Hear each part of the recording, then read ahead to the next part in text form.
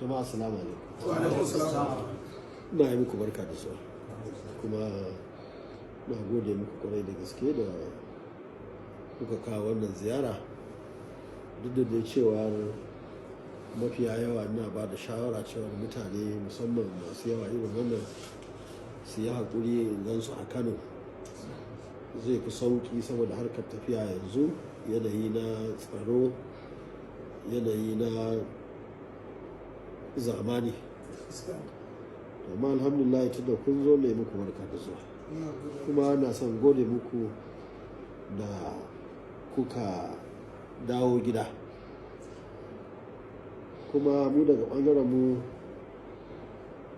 duka abubuwan da suka faru a Kano tun daga 1999 har zuwa yanzu na abu ne wanda yake da yawancin masu ƙananan shekaru ma sun sani.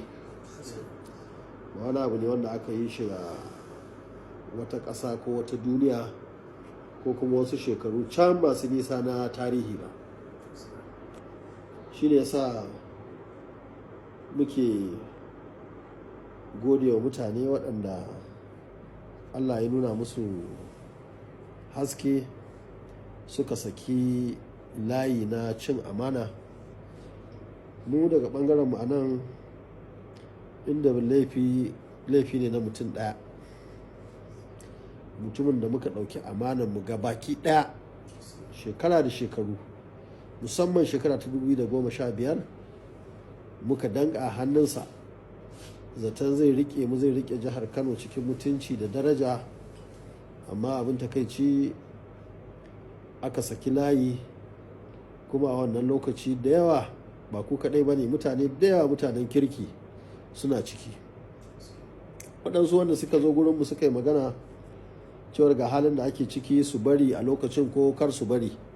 Abin da muke cewa da su shine ku zauna, saboda kowa da iyalinsa, kowa da mutanen da suke a ƙarƙashinsa, kuma gwamnati na mu muka yi wahala a kanta. Mafiya yawanta ma darajar mu ce ta sa zaben nan shekara ta 2015 aka yi shi. To da haka muka ce mutanenmu su zauna a ciki, ba wai don suna so ko muna so ba, domin yanayi na zamani, kuma wannan shi ne ya fi alheri. Domin da yawa inda mun ce ku fito, wani ma abin da za a bashi ya sai kayan miya ma wahala ne. Amma alhamdulillahi yanzu ta faru ta ƙare, yanzu an kai tura ta kai bango. Wannan mutane sun bar Kano, ko muna addu'a Allah ya sa har abada, musamman a zamaninmu, kar mu sake gani irin ƙiyayya da muka gani wa mutanen Kano a Kano kamar inda aka yi wannan shekara 8.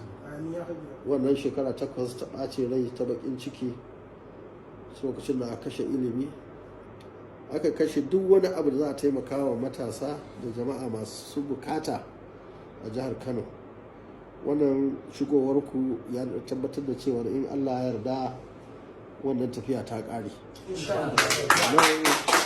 Nake kiran ku da cewar ku koma ƙananan hukumominku, ba ma ƙananan hukumominku kaɗai ba, tun da yawa daga cikinku kun yi karatu da wasu daga waɗansu ƙananan hukumomin, kuna kasuwanci, kuna abokantaka da waɗansu da 'yan uwanku a waɗansu ƙananan hukumomin.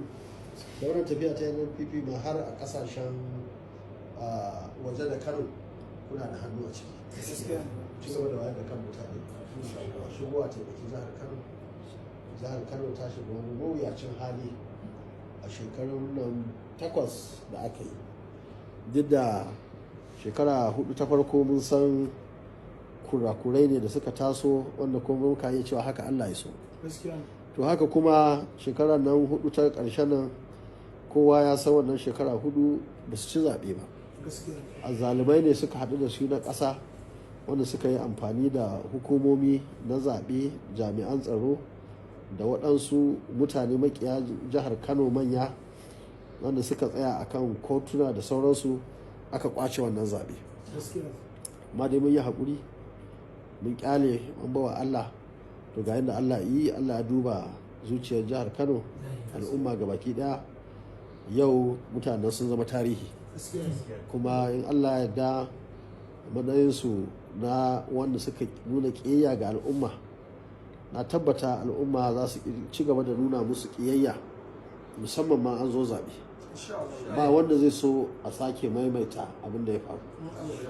Sanda kuka zo dinnan akwai mutane da suka zo da 'yan makaranta waɗanda muka tura sun zama manyan mutane. Mun zauna da su a nan cikin ofis, wanda da su iyayensu maza da iyayensu mata, wasu ma na yi magana da su a waya, suna ta godiya da irin abubuwan da aka yi, wanda ba a samu wannan gata ba shekara 8 a jihar Kano. Sai da filaye ko sace filaye, sai ƙiyayya, sai waɗansu ma da cewa suka yi da an ƙwace zaben nan, yaran da muka tura yanzu wanda gwamnatin abba gida ta tura za su ce su dawo da su. Irin wannan abubuwa ne waɗanda suke nuna halaye na ƙiyayya, kuma duk haka suke, duka tunaninsu iri ɗaya ne na jaba. Da irin wannan abubuwa ne wanda suke darasi. Ku je ku tsaya ku ci gaba da jajircewa. Zaɓe a wannan ɓangare naku da yawa akan kawo abubuwa marasa daɗi na ƙwace zaɓe da sauransu, amma ganin fuskokinku nan a tabbata in Allah yarda irin wannan abubuwa ba za su sake samuwa a ƙananan hukumomin Bagwai da Shanu ba. Saboda haka ku je ku ci gaba da jajircewa, ku je ku ci gaba da tsayawa. Wannan yaƙi da aka ɗauko na neman 'yanci ne, neman 'yancin talakawa da mutane waɗanda suke mabukata. Wannan yaƙi kuma ba ƙarami ba ne, saboda yaƙi ake yi da mutane azzalumai wanda sun tara dukiyar jama'a babu iyaka, wanda su ko ba abinda suka tsana illa al'umma, waɗanda suke son kullum sai dai a musu bauta. Komai ya zo mai kyau, da makarantu masu kyau, da kuɗaɗe, da komai masu kyau nasu ne.